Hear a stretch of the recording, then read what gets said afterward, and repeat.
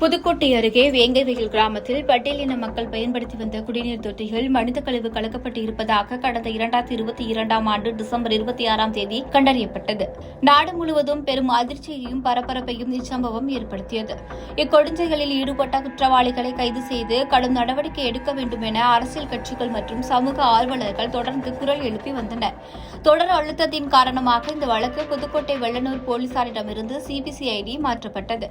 737 நாட்களாக தொடர் விசாரணை, 300க்கும் மேற்பட்ட நேரடி சாட்சியங்கள், 31 நபர்களுக்கு டிஎன்ஏ பரிசோதனை, 5 பேருக்கு குரல் மாதிரி பரிசோதனை என கடந்து வந்த இந்த சிபிசிஐடி விசாரணையில் பிறகு வேங்கைவயல் இறையூர் கிராமங்கள் அடங்கிய முடுக்காடு பஞ்சாயத்து தலைவராக உள்ள பத்மா முத்தையா குடிநீர் தொட்டி ஆபரேட்டர் சண்முகத்தை பணிநீக்கம் செய்ததால் பஞ்சாயத்து தலைவரின் கணவரை பழிவாங்கும் வகையில் குடிநீரில் நாற்றம் வருவதாக முரளிராஜா என்பவர் பொய் தகவலை பரப்பியுள்ளதாகவும், அதன்பின் குடிநீர் தொட்டி மீது ஏறிய முத்துகிருஷ்ணன் மற்றும் சுதர்சன் ஆகியோர் இந்த குற்ற செயலில் ஈடுபட்டதாகவும் கூறி அறிக்கை தாக்கல் செய்யப்பட்டது. இதற்கிடையே வேங்கைவயல் சம்பவத்தில் குடிநீரில் மலத்தை கலந்ததாக குற்றம் சாட்டப்பட்டுள்ள முத்துகிருஷ்ணன், சுதர்சன் ஆகியோரது ஆடியோக்களும் வீடியோக்களும் அடுத்தடுத்து வெளியாகியுள்ளது.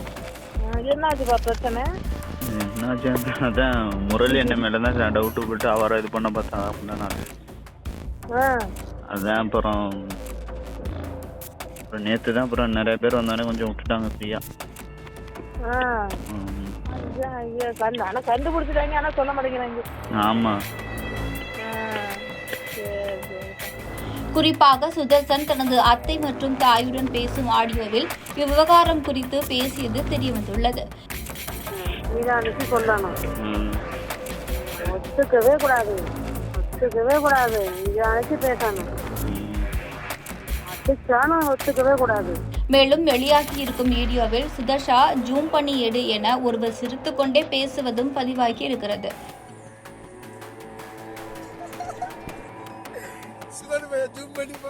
கிட்டத்தட்ட 3 ஆண்டுகள் விசாரணைக்கு பிறகு தற்போது குற்றப்பத்திரிகை தாக்கலாகியுள்ள நிலையில் இவர்கள்தான் உண்மையான குற்றவாளியா அல்லது இவர்களுக்கு பின் வேறு யாரும் இருக்கிறார்களா என்பதெல்லாம் இறுதி தீர்ப்புக்கு பிறகே தெரியவரும்.